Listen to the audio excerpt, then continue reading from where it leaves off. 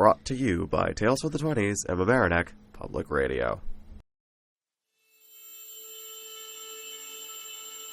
Hello, listeners, and welcome to another season of Tales from the 20s. This time we got a mystery with a twist on the usual formula, sure to tug at your brain and your heart. Thanks for all your support, and get ready for Love Never Dies, Chapter 1. The interrogation room was cold, at least enough that it made the man sitting there feel numb to everything else that might have been going on throughout his head. It was just something about the gray walls with the chipping paint, the metal chair with the uneven top right leg, and the way the cop stares at him while facing the one-way mirror that just takes away anything that makes one feel human. The man there may have done this exact same thing to every other drunk miner they had come across, but even so, actually being on the other side of the table was a whole other experience. Kurt, we don't have to do this right now. I mean, it's late and you're probably tired. Get some sleep and we'll pick this up in the morning. I know the drill, Rudy. You'll need my testimony if you want to find out what happened. I can do this. Professional even in his pajamas. Alright, buddy. Where were you at around 11 tonight? I was out for a walk. It was around 9:30 when I left the house. The night after a snowstorm? I don't even think the sidewalks were cleared yet. Well, I've had trouble sleeping lately, and I was getting sick from tossing and turning on the pull-out mattress strings poking at my ribs, so, hey, I figured I'd get some fresh air and try again later. So I went to the river that Cameron and I used to skip rocks at. Wait, why were you sleeping on the couch? Whatever. So, you were out for an hour and a half. Then what? I guess the cold got the better of me, and I started walking back. That's when I heard the ambulance's siren, and they were getting louder the closer I got to the house. I thought maybe there was an emergency, so I started running, and when I made it back home, I saw Cameron getting wheeled out in a body bag. Yeah, that's good enough. Okay. Do you want to stop now? No. The paramedics still haven't told me how he died. I can't tell you that until... Don't give me that, Rudy. Did my husband suffer or not? It's too early to say anything for certain, but our best guess is that the snow from outside had piled up near the house. Enough of it blocked the furnace vent. Carbon monoxide filled the house. The detector did go off, but we didn't get there in time. He most likely died shortly after. And he would have been on his sleeping pills by that point, so he would have heard the alarm. Do you have any leads so far? About what? About whoever might have killed him? Obviously. Is it really a coincidence that he died right after I left the house? He was the sergeant of the homicide department. Someone he put away might have wanted revenge, or maybe it was a way to get back at me. Kurt, stop it. You just lost your husband. As your friend and your new boss, I can't in good conscience let you investigate this. But there is a grief circle at the community center that I recommend you go to. I went there after I lost Mary, and it really helped me. How can I possibly stand by when I'm the best person to find out how he died? Talking to people might have helped you, but you already know I'm at my calmest when I'm working. Might as well be productive. Alright, if it'll really help, then I guess we can start looking. But, if you're going to do anything, it'll be under my watch. Remember, with Cameron gone, I am technically your superior now, so if I think I need to pull you out of this job, I will. Thank you. Just don't make me regret it. I'd hate to see you get all obsessed only to end up in a deeper hole than you started in. Now, while his death seemed like an accident, we still took a quick survey of the house to make sure there was no foul play involved. The first weird thing we noticed was that the driveway had been shoveled recently since the asphalt was still wet. Whoever did it left an extra trail that went all the way to the back of the house. I just assumed maybe it was Cameron who did that. That makes sense. It was his job to clear it. I told him he had to shovel to the back door because the floor there was made of concrete. The hope was he could take his boots off there instead of getting snow on the hardwood kitchen. But he would usually put off shoveling the snow at all. He actually tried to argue that walking was better. He was supposed to do it that morning too. God, I can practically hear his voice getting all whiny right now. I mean, you always had to treat everything like it was a matter of life and death. It makes it hard for you two to have fun, so... Anyway, we followed the trail, and it did lead to the back door like you said. And I did see something else that might be important. Give me a second. Rudy takes out his phone. After a few seconds of scrolling through pictures, he holds up the screen to Kurt's face. He examines it with a laser focus, even though the actual photo didn't seem worth the effort. It was a picture of the back door, where a window took up a third of its space. The glazed-over glass seemed perfectly fine, except for a section near the lower right corner. There was a scratch. And when Kurt snagged the phone from Rudy to zoom in further, he saw the scratch was more of a dent. Engraved in the material was an X-shaped hole that dragged off the glass and onto the door, like someone had dug a knife into it, or a screwdriver. Kurt set the phone down on the table. Someone was trying to break into the house. Okay, hang on. Nothing was actually stolen. But look, they were trying to break the glass on the door to get in, but they ran when the ambulance showed up. That someone must have also shoveled the snow so they wouldn't have any footprints to follow and block the vent. Come to think of it, it has been 6 days since Travis Kruger got let out on parole. Sorry, who? He was some serial robber who figured himself a Robin Hood after his brother got killed in prison. We caught him at a pawn shop with a bag full of some old lady's jewelry. Oh, right. Yeah, that guy looked like he wanted to rip your throat out when he slammed his head against that counter. Okay, it might be a stretch, but he has a motive. Sure, breaking a window is amateur stuff for a robber, but maybe he got rusty in jail. And you know his parole officer, so how about you call him and we'll... Jesus, Kurt, slow down. We do not have enough evidence to justify bringing him in for questioning. But he has a motive. Come on, we have to start somewhere. Rudy's head darts back to the one-way mirror, as if something had been listening to them talk. No one was, of course. Everyone else had left to deal with this case in the morning. His fingers bounced rhythmically against the table. Maybe he genuinely believed his friend, or maybe he just wanted to go home. He sighed and opened his mouth. Fine. I'll call him, but I'll have to stay here to deal with my newly inherited mountain of paperwork, so I'm gonna trust you to question him, alright? And I mean just question him. Alright. Thank you. Till then, please get some sleep.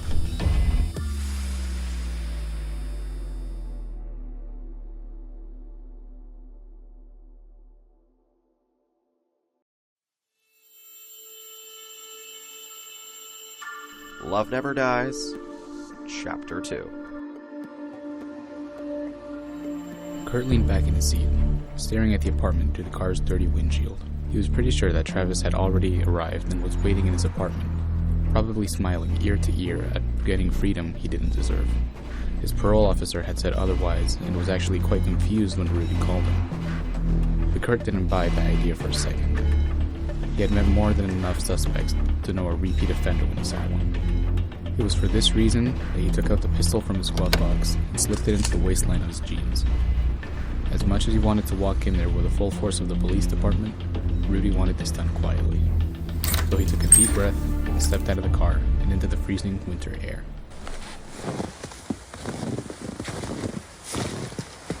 To maintain the element of surprise, he waited till another tenant exited the apartment and then snuck in after. Kruger's apartment was on the 3rd floor, which meant he'd either risk breaking his leg or falling down the stairs if he tried to make a run for it. Not a thought ran through Kurt's mind as he rode the elevator, walked down the hall, and stared at the door with the number 3C emboldened on the thick metal. The only time when the situation truly set in was after he reached out to ring the doorbell. I already paid my... Come on. Where the hell do you think you're going? Hey, man, I didn't do anything. Travis Kruger, you are being considered a suspect in the murder of Cameron Green. You have the right to... Yeah, I've heard all the due process junk already. Talk to my parole officer, he'll... Wait a minute, I know you. Hey, you already took 5 years away from me, Officer Green, so I'm not telling you anything. Oh, really? Because I wonder what your parole officer is going to say to the judge when I tell him that you tried to run for the police without having been accused of anything. I don't know about you, but I'd want to keep this interaction quiet. Do you understand me? Alright. I can tell you right away that I didn't kill anyone. I don't do that. Kurt surveyed Travis's excuse for an apartment. It appeared to be a small living room with a decaying couch, a few piles of clothes, and a TV that must have fallen off the wall and been left lying on the floor. It was as good a place as any to talk. Now, I only showed up to ask you some questions, so I'm going to act like you didn't just run. And it'll stay that way as long as you don't do anything to piss me off. Oh, fine. What do you want to know? Where were you at around 9:30 p.m. last night? I was visiting my landlord downstairs. My rent was piling up and I had just gotten my paycheck. I needed to get him off my back. You can go ask him if you want. That's alright. Have you had any parole violations within the last few months? I've kept to myself since I got out. Clean as a whistle. The only time I leave is on the weekend between talking to my circle and the food drive. If you don't mind me asking, who am I being accused of killing? Sergeant of the Homicide Department? His last name was Green too. Were you...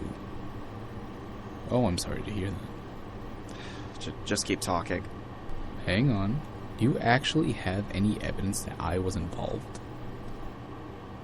You're not entitled to an answer. Okay, so I'm just gonna take that as a no. If it helps you at all, I understand how you feel.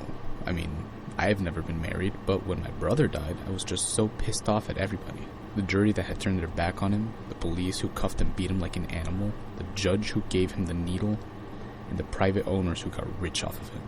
He didn't deserve to die for not knowing any better, and he didn't mean for that store owner to die. I kept that rage for a while, and wanted to take it out on all those people who stole me from him. To be honest, I wasn't sure if I was even doing any good for the world. I was really just stealing for myself. People were still dying, I was still miserable, and my brother was still dead. But it just felt better to take things. And then you stopped me, almost knocked my teeth into my gums doing it too. And just like that, I was in a box too. I spent a lot of time snapping at anyone who tried to talk to me. And a guy bumped into me on the way out of the mess hall, and I just blacked out.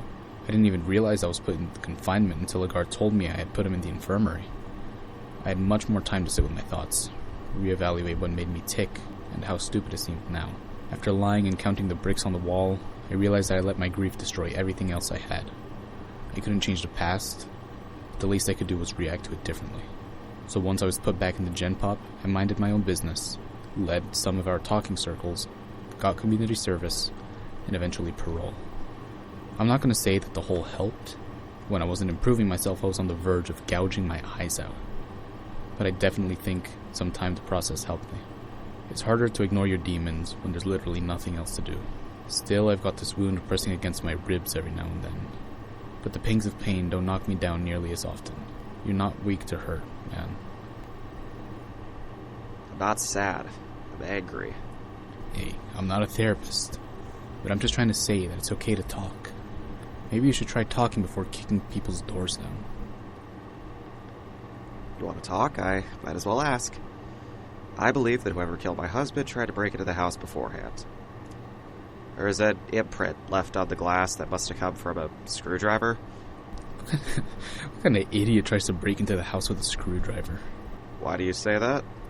Any home invader worth their salt would know that home security systems are rigged to go off when you break the glass. Either the guy you're looking for is really stupid, or he wants you to think that. That's good to know, but I can't exactly arrest every idiot in the city, so how does that help me? Robbing houses isn't easy either. This guy would have spent weeks surveying the house to see who visited often, when the owner goes to sleep, what valuables they have, what specific system they use. And somewhere along the way, they would have learned that the place belonged to a police sergeant. Robbing a cop is basically asking to get shot. But if he was smart enough not to get spotted by anyone else, even after making such an easy mistake, then he has some experience. I stole gasoline and picked pockets before I worked up the houses.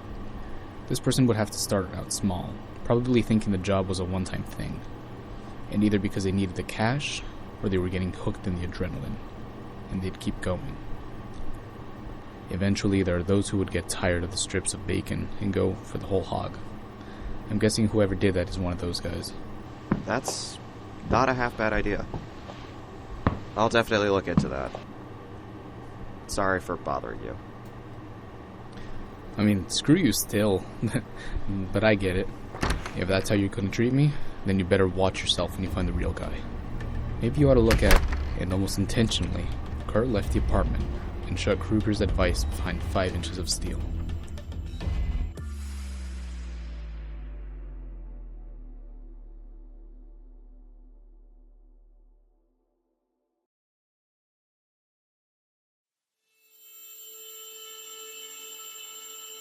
Love Never Dies, Chapter 3. Rudy tugged on the chain of his new sergeant badge, the process bringing back memories of taking the bar exam and the long nights he spent with Cameron studying for it. He found himself breathing a little heavier than normal. Part of him was tempted not to pull into the bathroom, but Rudy knew that Kurt was suffering much more than him. The secretary at the entrance to the evidence locker told him that Kurt showed up around midday and hadn't left the room since then. He wanted to pull Kurt from this case, but now that he had committed to this, Rudy knew the least he could do was keep an eye on him. He shuffled through the walls of shelves, dusty boxes, and metal file cabinets. Each footstep bounced down the hallways. The further he went, the more decrepit this overgrown storage unit became. It was so easy to forget that 2 other people were here with him, yet at the end of the hallway he found someone just as beaten down. The files stacked up on the table, restricting his arms from extending anywhere but towards the beige computer that clacked like footsteps with every keystroke. Hey, buddy. How'd it go with Travis? How long's it been since you've slept? I mean, it's almost been 3 days. I can take over if you'd like. Would you want to at least step outside? I could get you some coffee, a sandwich. Joey's Diner's still open. We might make it in time to get that bacon and pepper jack omelet you like. That's fine. You don't have to leave. I can grab you something from the vending machine. So, have you found anything interesting? Could you pass me the Tamara Williams file? It should be by the boxes labeled with blue marker. Oh. Is this it? Yeah, thanks. Matthew thinks it might be better if it was just the 3 of us for the first meeting. You just get to talk to him, and I could be your mediator. He can reserve the rec center in a few days. Just say the word and I'll let him know. Look, Kurt, you probably just want me to leave you to do your thing, but I don't think avoiding a conversation like this is healthy. You know what? Why am I sitting here trying to make things more depressing? Cameron was our friend. There should be something nice to remember him by. Oh, what about your first date? God, it's been a while since I've had the chance to laugh about that. It must have been, 6 years ago? Now, correct me if I'm wrong. I think you were still working the evidence locker, and Cameron was still doing cases. You two would chat anytime he showed up. He told me that he really wanted to get out of the shell of your office and see what you were really like. And I'm sure we both hoped for it, but I'll be honest, I was surprised when I found out you actually said yes. I told Cameron to wait for you to say something first, but he thought he'd be retired by the time you finally decided to do that, so he chose to ask you out. This is where the story gets fuzzy for me because I wasn't actually there, but I think Cameron said after that you guys didn't wind up going anywhere because you couldn't pick a restaurant.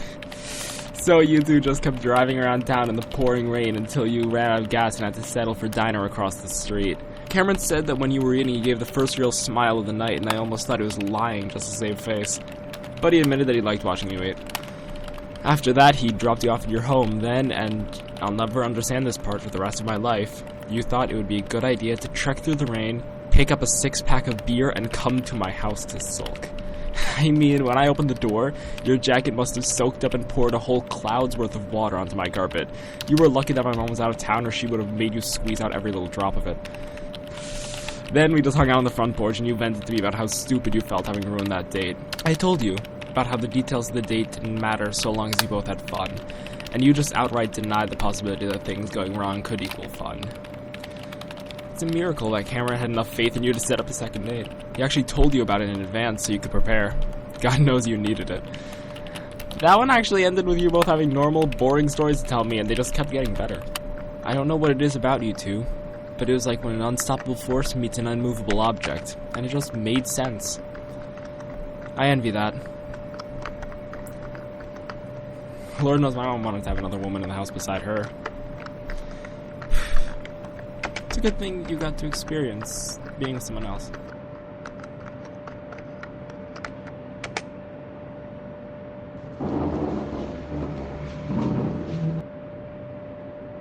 Thanks, Rudy.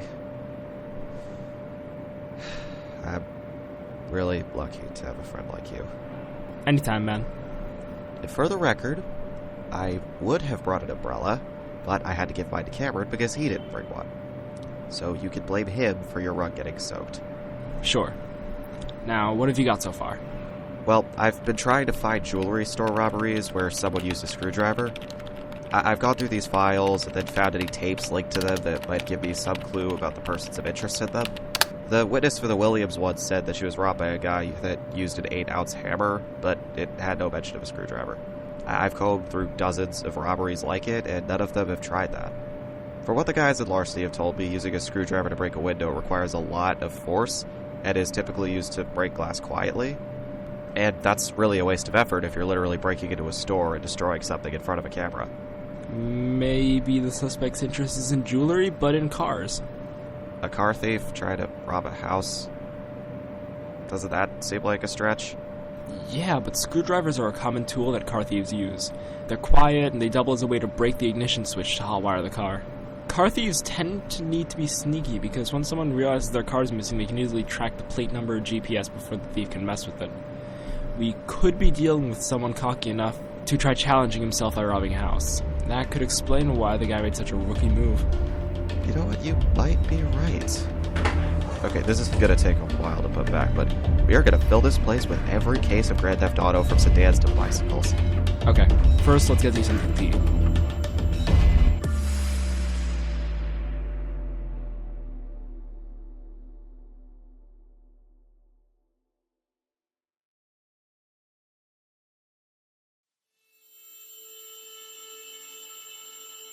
Love Never Dies, Chapter 4.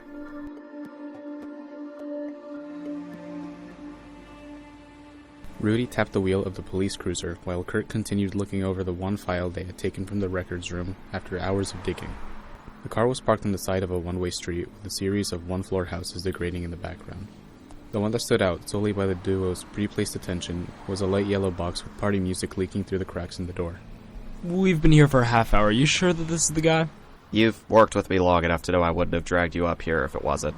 And what about Travis? Okay, maybe I'm not perfect. Well, I enhanced the photo on the door. All those home projects with my dad finally paid off. See, the indent on the glass didn't come from a regular Phillips head screwdriver, but some kind called a positive head. It looks almost exactly the same as a Phillips head, except for the fact that it has some extra slots in them that create a star-like pattern. They're designed specifically to dig themselves deeper into the screws to make turning easier. And our guy, Wyatt Miller, has already been arrested on 3 accounts of car theft, each time attempted using a positive 1 screwdriver. The same kind as on my window. Something about the tool giving him good luck, but clearly that wasn't true. I suppose that's enough for us to at least take him in for questioning. But we don't know if he's in this house or somewhere else, and 2 cops definitely can't waltz in there without someone panicking, so how long are we waiting for? As long as it takes, that's our job. Right. So, if he is in fact guilty, have you put any thought towards... Kurt's eyes came back up to Rudy, and he suddenly became relieved at the idea that he would get an answer out of his friend, only for him to realize that Kurt's attention had moved past him. Rudy followed his gaze and saw the man from the photo was walking outside with someone else, a woman who he must have invited to this party. He was wearing a bulky, dark green jacket that had it unzipped despite the cold. Miller was strolling down the sidewalk up to his house. His face didn't seem to bear the look of someone responsible for another man's death. Instead, it looked ecstatic about something, and that feeling only grew on his face as he made it closer to the house. Are we going now?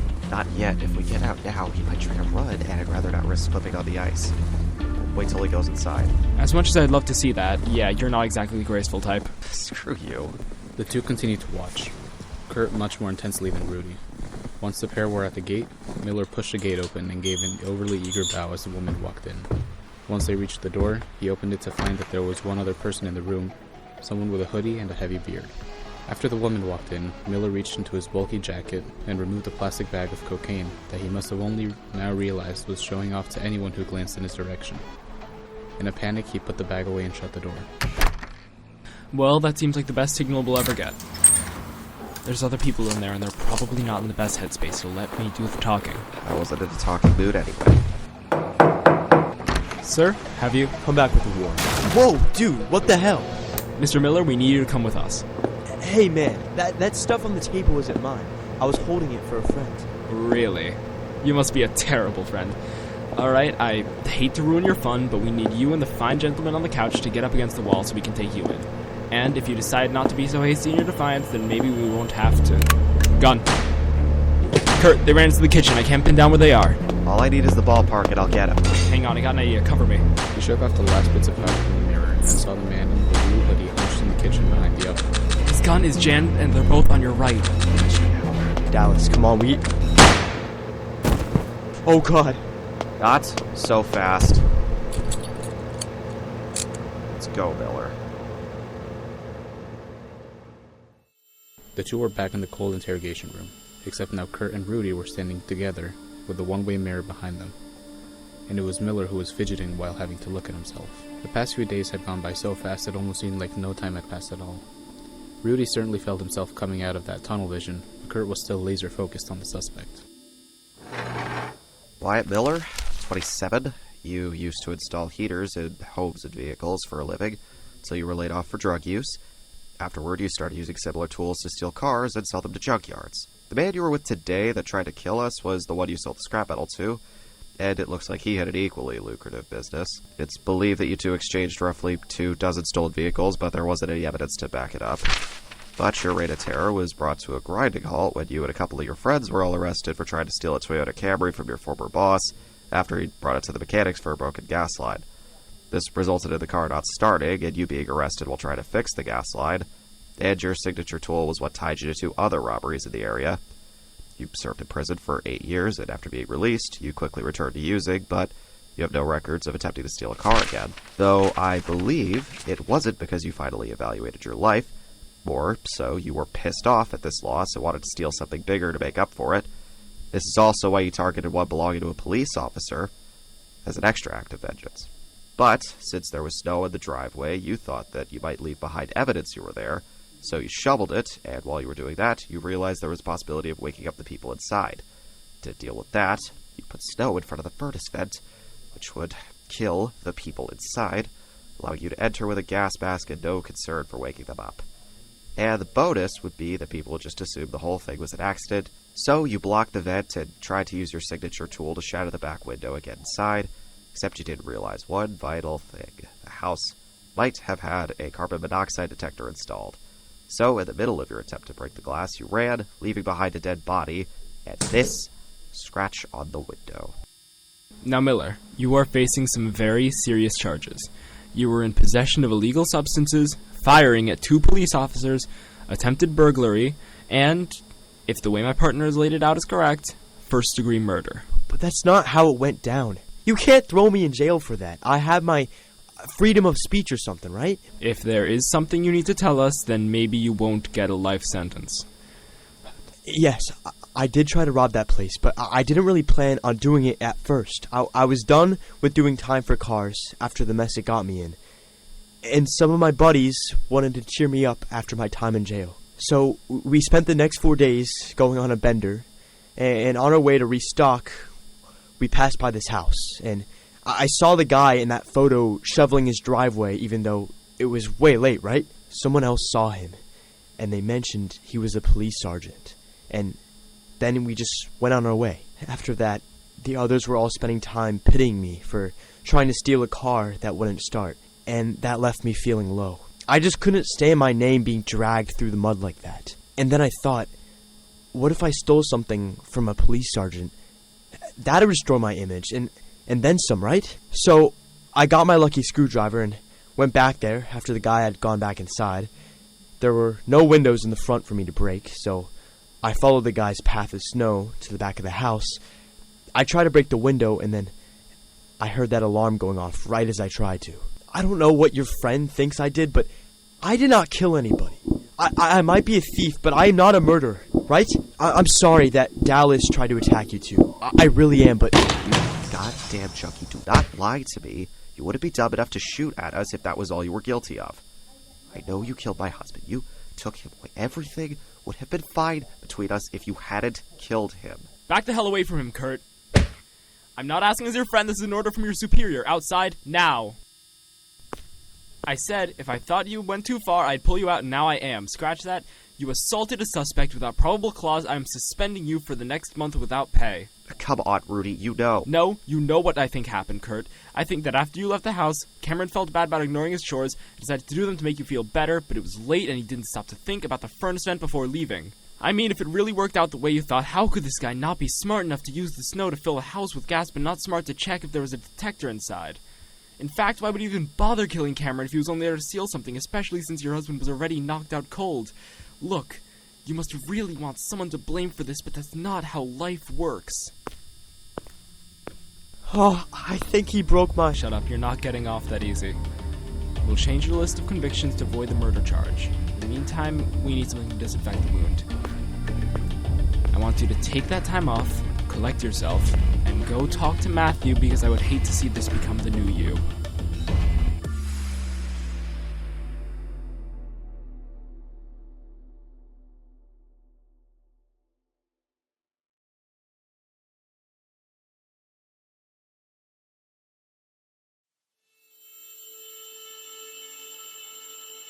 Love Never Dies. Chapter 5.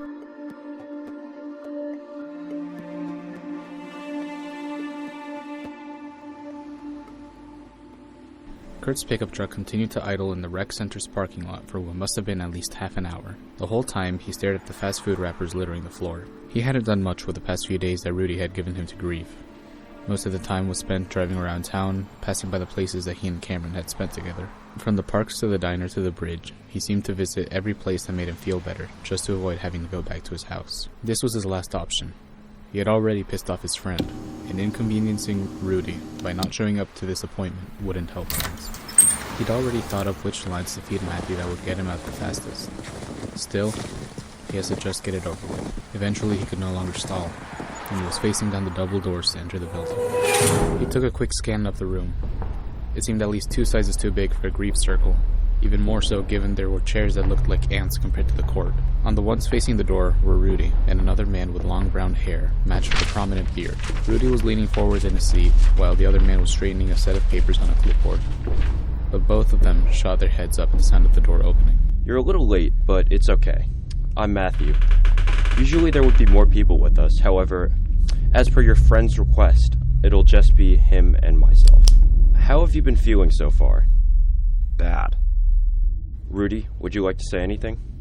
As I am aware, you were friends with Cameron as well. Yeah, I wasn't nearly as close as Kurt with him, but he was good to me. Made me laugh and certainly pulled me out of my fair share of bits. Overall, though, I think I have been dealing with it a lot better than I expected. Maybe it's because I've already attended these, and the only real pressure I've felt after is the new workload I've been getting. If it's alright with you, would you care to elaborate on that last part? My sister, Mary, died 7 years ago of a brain aneurysm. She was the one who I'd talk to. I thought for sure she would be the one I'd go to when our parents passed, but they ended up outliving her. When she passed, it hurt my mother much more than it could have ever hurt me. I mean, she basically gave up on living. When I visited, she would just sit in front of the TV while garbage built up around her. Even when I moved her into my house, all she did was carry the mess. But I didn't want to say anything. That's how I've always felt. Aside from Mary, I need to be the one who's stronger than everyone else. That way, no one I care about has to suffer.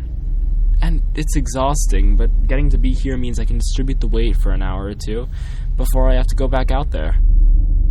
That was really nice of you to share. It's possible that you and Kurt can relate to each other more now, and maybe you can continue to practice that outside of this room. So, Kurt, how are you feeling now? Tired. That's understandable. Are you having trouble sleeping? I sleep fine, but my car's a little small for my size. Do you not have a place to sleep? I do. I just don't feel like it. My fold-out mattress is a torture device. Do you not have a bedroom? That's where Cameron died. But damn, I didn't know you didn't feel comfortable sleeping at your own home. I could have let you stay at my place. Why do you not want to use your own bedroom? Did you not hear him? It's where he died, and every time I go up to the goddamn room, the only thing that's going through my head is how much I don't want to go in there. Okay, I understand. Well, you certainly shouldn't avoid taking care of yourself. It's normal to feel that. So do you have any plans for a funeral? Jesus Christ. Is that what you tell every person who comes in here for your help? No, I haven't found the time to make plans for his funeral. I haven't even found the time to take a shower.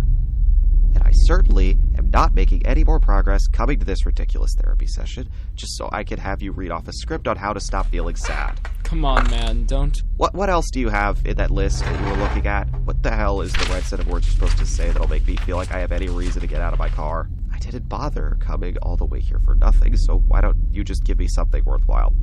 Because the only goddamn advice I've ever gotten from anyone on this is to just move on. And I'm so sick of hearing every person tell me to just move on. What the hell does that even mean? Because to me, it just sounds like you're asking me to forget my husband. So if I do that, then I start hating myself.